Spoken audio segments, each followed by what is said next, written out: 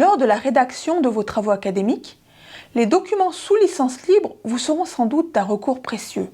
Car lorsqu'un document est placé sous copyright ou sous le droit d'auteur classique, vous avez seulement le droit d'en citer de courts extraits précisant le nom de l'auteur et les références de l'œuvre. Rien de plus. Sauf bien sûr dans les cas où vous parvenez à obtenir une autorisation écrite du ou des auteurs vous autorisant des droits supplémentaires. Mais ces demandes sont adressées au cas par cas. Elles demandent beaucoup de temps et les autorisations peuvent être payantes. Les documents placés sous licence libre, que ce soit des livres, des articles, des images, des dessins, des schémas, des tableaux ou des graphiques par exemple, vous offrent plus de droits. Selon la licence utilisée, qui doit être explicitement précisée sur le document ou l'œuvre en question, vous pouvez obtenir par exemple l'autorisation de les réutiliser, d'en citer de longs extraits, de les modifier, etc. sans avoir à consulter le ou les auteurs. À la fin de cette vidéo, vous connaîtrez les principales licences libres utilisées dans le monde académique et les droits et devoirs qui leur sont associés. La licence la plus restrictive, vous l'avez compris, c'est le copyright ou son équivalent français, le droit d'auteur. Depuis la signature de la Convention de Berne, il s'agit de la licence par défaut apposée à tous les contenus, œuvres et documents dès leur création. Le logo de copyright se matérialise par une lettre C écrite en majuscule qui rappelle la première lettre de son nom. En droit français, ce sont souvent des formules comme « tout droit réservé » qui servent à rappeler la protection juridique des contenus placés sous le droit d'auteur général. Le logo représentant le domaine public est un C barré et entouré. Il rappelle qu'il s'agit d'un copyright qui a expiré, qui donc n'est plus d'actualité pour le document en question. Il existe un autre logo représenté par la lettre C écrite en majuscule mais à l'envers et entouré. Il représente une licence libre qu'on appelle le copyleft. Ce logo rappelle que cette licence est un peu l'inverse du copyright. Elle autorise toutes les réutilisations des œuvres et documents, en citant toutefois les auteurs, mais y met une seule condition, celle de replacer les documents et les œuvres ainsi produits sous la même licence. Cette exigence est le résultat d'une action militante ayant pour but de favoriser la diffusion et la création du savoir et des connaissances en augmentant le corpus d'œuvres et de documents placés sous licence libre. Il existe cependant deux nuances à cette même licence copyleft. Le copyleft dit faible vous interdit de replacer les contenus que vous avez réutilisés sous une autre licence, mais vous autorise à placer votre propre travail sous la licence de votre choix. En revanche, le copyleft dit fort va plus loin.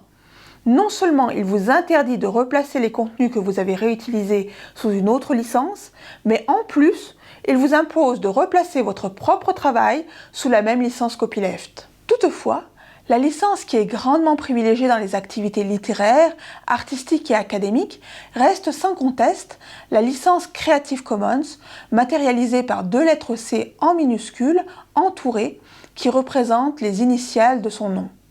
Il existe au total 6 déclinaisons de cette licence qu'il est possible d'utiliser pour la diffusion de son travail. Ces 6 licences sont toutes créées à partir de 4 briques seulement qui placent des restrictions dans la réutilisation des œuvres et des documents concernés. La première brique est le bail, c'est-à-dire attribution en français. Elle est représentée par un petit bonhomme qui symbolise l'auteur de l'œuvre ou du document en question qu'elle oblige à citer. Il existe également une licence CC0 qui autorise dans le milieu anglophone la réutilisation sans citation des auteurs. Mais cette clause ne s'applique pas en France, et je pense que vous savez pourquoi. Vous en voyez la raison? Bravo! Effectivement, c'est parce qu'en France, le droit d'auteur comporte une partie de droit moral qui est inaliénable et qui impose le respect de la paternité de l'œuvre, ce qui n'existe pas dans le droit anglo-saxon. En France, donc, toutes les licences Creative Commons comportent obligatoirement l'obligation de citer l'auteur et l'apposition de la licence Creative Commons 0 revient juste à déposer son travail de manière anticipée dans le domaine public. La deuxième brique, c'est NC, ce qui signifie non-commercial, soit pas d'utilisation commerciale en français. Elle est représentée soit par un dollar barré dans sa version américaine, soit par un euro barré dans sa version européenne. Cette brique interdit la réutilisation de l'œuvre à des fins commerciales. Le respect de cette clause a fait l'objet d'un procès retentissant aux États-Unis en 2017. Une plateforme à but non lucratif nommée GreenMints produisait, et produit toujours d'ailleurs, des ressources éducatives en mathématiques, en anglais et en histoire. Des échantillons peuvent être téléchargés gratuitement sous la forme de livrets depuis le site du groupe et les versions complètes peuvent être achetées en kit en version papier ou numérique, comme dans cet exemple. Les contenus sont placés sous une licence Creative Commons qui en interdit leur réutilisation commerciale. Or, plusieurs écoles américaines se procuraient de manière licite ces contenus et passaient par le service d'impression proposé par la firme FedEx pour réaliser des copies à usage interne. Eh bien, GreenMints a trouvé cela anormal et a décidé d'instruire en justice non pas les écoles elles-mêmes, mais la firme FedEx, en arguant que cette firme à vocation lucrative gagnait de l'argent grâce à ses contenus pourtant placés sous interdiction d'usage commercial. La question était de savoir si la clause non-commercial des licences Creative Commons concernait uniquement le principal bénéficiaire ou pouvait être étendue de manière indirecte à des tiers intervenant contre rémunération à la demande de l'utilisateur pour lui rendre un service. Ce procès a donné des sueurs froides aux militants du libre qui craignaient une restriction drastique des droits accordés par les Creative Commons. Finalement, la justice américaine a débouté la demande de GreenMints en réaffirmant que seul le bénéficiaire principal du document était concerné par cette clause. La troisième brique des licences Creative Commons est écrite sous la forme ND qui signifie non dérivative, soit pas de modification en français. Son symbole est le signe égal. En clair, le document d'origine doit être égal au document final. Cette clause interdit toute modification de l'œuvre ou du document en question, que ce soit pour des retouches, des photomontages, des changements de couleur ou même un simple rognage dans le cas d'une image. Ou encore la modification ou les ajouts dans un texte par exemple. Les youtubeurs qui publient sur le fameux réseau social YouTube sont par exemple constamment confrontés aux problèmes de droits liés aux images, aux vidéos et aux musiques qu'ils réutilisent dans leur contenu. Comme le révélait dans l'une de ses vidéos le youtubeur Benjamin Briot, alias Nota Bene, dont les contenus portent sur l'histoire, la plateforme YouTube ne prend plus aucun risque sur les questions de droits d'auteur qui lui ont posé beaucoup de problèmes. Chaque musique ou vidéo utilisée dans une vidéo, diffusée sur YouTube et réclamée par un ayant droit, conduit au transfert d'une partie ou de la totalité des bénéfices qu'elle a générés au bénéfice du demandeur. Cependant, Nota Bene explique que même en achetant ces contenus sur des plateformes spécifiques professionnelles comme Audio Networks, les youtubeurs ne sont pas à l'abri qu'une société de gestion des droits revendique des droits sur une musique qui a été vendue par une autre plateforme à laquelle l'auteur était abonné. Une nouvelle fonctionnalité a été ajoutée par YouTube en 2011 qui permet désormais d'associer à sa vidéo ou à sa musique mise en ligne une licence de réutilisation explicite. Les créateurs de contenu ont également la possibilité de lancer des recherches dans les vidéos de YouTube en filtrant les résultats sur le critère de la licence utilisée. La banque de vidéos sous licence libre, notamment avec droit de modification, est sans doute encore incomplète et limitative, mais cela a été à l'époque une avancée non négligeable. Enfin, la quatrième et dernière brique des licences Creative Commons est écrite sous la forme SA, qui signifie Share Alike, c'est-à-dire en français partage à l'identique ou réciprocité. Cette clause avait donné lieu à une affaire croustillante en France qui avait beaucoup amusé les médias. En 2010, l'écrivain Michel Houellebecq remporte le prix Goncourt pour son roman La carte et le territoire. S'inscrivant dans une longue tradition de copier-coller littéraire, il avait fait le choix, audacieux pour l'époque, et d'ailleurs pleinement assumé et revendiqué, d'insérer dans son texte des morceaux entiers d'articles provenant de la célèbre encyclopédie libre Wikipédia. Seulement, cette reprise suscitait un double problème juridique. Premièrement, les citations n'étaient pas clairement marquées dans son texte. Deuxièmement, toute l'encyclopédie collaborative Wikipédia est placée sous une licence Creative Commons disposant de cette brique Share Alike, ce qui normalement imposait au roman de Michel Houellebecq, tiré dans sa première édition à 200 000 exemplaires, d'être placé sous la même licence.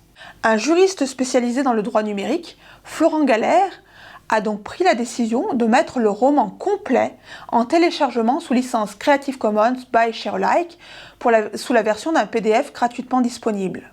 Devant les menaces de l'éditeur Flammarion, ce juriste a finalement décidé de supprimer ce fichier numérique du web, mais il aura au moins gagné que soit apposée une mention de sa reprise de Wikipédia par Michel Houellebecq lui-même lors de la sortie de sa version électronique. Et cela a été de même pour l'édition grand format, qui a bénéficié d'un tirage à plus de 300 000 exemplaires. À partir de ces 4 briques, sont constituées les 6 licences Creative Commons existantes. Tout ce qui n'est pas explicitement interdit par l'une de ces briques est par défaut autorisé pour la réutilisation du document ou de l'œuvre en question. Passons ensemble en revue toutes ces licences. Premièrement, la licence Creative Commons by. Il s'agit de la licence la plus permissive des 6 existantes. Elle ne comporte qu'une seule brique, le petit bonhomme, by pour l'attribution, qui oblige à citer l'auteur de l'œuvre réutilisée. Tous les autres types d'usages, y compris la modification ou la réutilisation commerciale, sont autorisés. Deuxièmement, la licence Creative Commons by ND. Elle comporte 2 briques. Le petit bonhomme, by pour l'attribution, qui oblige à citer l'auteur du document en question, et le signe égal, non dérivative, soit pas de modification, qui interdit toute modification sur ce dernier. Troisièmement, la licence Creative Commons by NC. Elle existe en 2 versions. La version américaine avec le dollar et la version européenne avec l'euro. Elle comprend 2 briques. Le petit bonhomme, by pour l'attribution, qui oblige à citer l'auteur du document réutilisé, et le dollar ou l'euro barré, non commercial, qui empêche d'en faire une exploitation commerciale. Quatrièmement, la licence by SA. Elle comprend 2 briques. Le petit bonhomme, by pour l'attribution, qui oblige à citer l'auteur du document en question, et la flèche qui revient à son point de départ, le fameux Sharealike, imposant un partage à l'identique, soit l'obligation pour la personne qui réutilise cette œuvre de repartager la sienne sous la même licence. Cinquièmement, la licence Creative Commons by NC/ND. Elle existe aussi en 2 versions, la version américaine avec le dollar barré et la version européenne avec l'euro barré. Elle comprend 3 briques.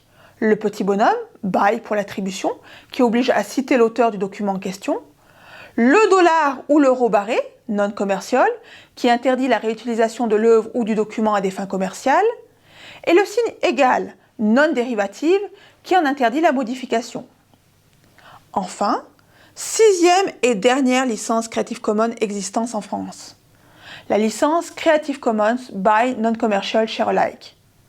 Elle existe aussi sous 2 formes, la version américaine et la version européenne. Elle comprend 3 briques. Le petit bonhomme, by pour l'attribution, qui oblige à citer l'auteur, le dollar ou l'euro barré, non commercial, qui empêche la réutilisation à des fins commerciales, et enfin, la flèche qui revient à son point de départ, le Sharealike, qui oblige à mettre son propre travail sous la même licence. Vous voyez ? C'est pas si compliqué, et au final, c'est très logique. Vous-même, n'hésitez pas à placer vos propres travaux académiques sous une licence libre en apposant clairement le logo de celle-ci sur votre document. Vous faciliterez ainsi grandement sa diffusion et sa valorisation tout en gardant le contrôle sur les conditions de sa réutilisation. Et vous faciliterez grandement la vie des générations d'étudiants qui passeront après vous. À présent, vous pouvez passer aux travaux pratiques. Nous vous avons concocté un petit jeu pour bien retenir tous les droits et devoirs attachés à chaque licence. Il se nomme PartyRight. Rendez-vous sur le site de notre partenaire Ikigai à cette adresse: ikigai.games/games/list et appuyez sur Entrée.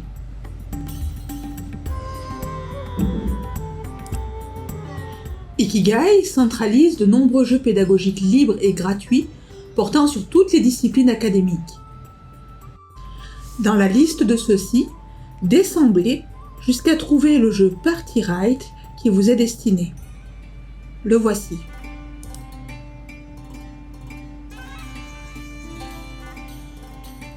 Il vous faut à présent le télécharger sur votre machine. Pour cela, si vous avez Windows, vous pouvez appuyer sur le bouton Télécharger pour Windows. Si vous avez un autre système d'exploitation, allez sur Autre plateforme et choisissez la plateforme de votre choix. Si l'on revient à la page de présentation de PartyWrite, vous voyez ici un bouton « Télécharger la version sans installateur ». Ceci vous permet de télécharger la version de PartyWrite sur votre ordinateur sans avoir les droits d'administration de celui-ci. Lorsque vous cliquez sur ce bouton, le téléchargement se lance. Le jeu PartyWrite est maintenant installé sur votre ordinateur. Vous pouvez aller le retrouver à l'endroit où vous l'avez enregistré. La version avec installateur, nécessitant les droits d'administration, se présente sous la forme de cette icône. Pour lancer le jeu, double-cliquez dessus. Le jeu se lance. Il commence par une présentation des partenaires, puis vous propose un mode de connexion en cliquant sur se connecter si votre université est adhérente à Ikigai, ou sinon sur un mode invité. Là, vous pouvez régler les options ou directement lancer une partie de jeu. Deux modes de jeu existent. Le mode solo, où vous jouez tout seul contre des intelligences artificielles, ou le mode multijoueur, où vous jouez les uns contre les autres. Je clique par exemple sur le mode solo. Je choisis de régler la difficulté du plateau, normal ou expert, de jouer avec ou sans les votes. Les votes sont quand même conseillés dans une partie, et je lance la partie. Le tutoriel se lance qui vous explique le fonctionnement du jeu. Je clique sur démarrer et je commence le jeu en mettant dans ma main les cartes que je vais pouvoir jouer qui représentent des choses que je peux faire ou non selon les licences de la propriété intellectuelle. Plus le nombre de points sur la carte est élevé, plus cette carte sera difficile à placer sur le plateau de jeu. Je choisis pour 26 points de cartes que j'additionne en faisant prendre. Je peux en prendre autant que je veux, tant que je respecte la limite de 26 points.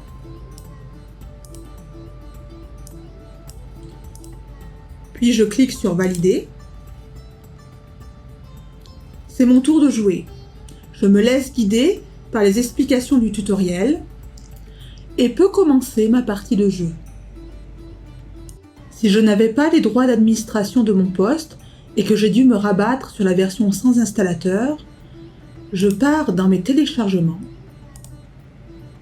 Je dézippe le jeu en faisant extraire tout et en le plaçant là où je veux l'installer, par exemple sur le bureau. Je fais sélectionner un dossier, extraire,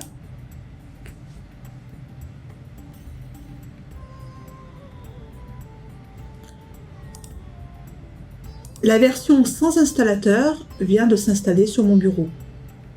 Je double-clique pour l'ouvrir et là je clique sur le petit logo, vous voyez PartyWrite, où il est noté application. Je double-clique et le jeu se lance exactement de la même façon.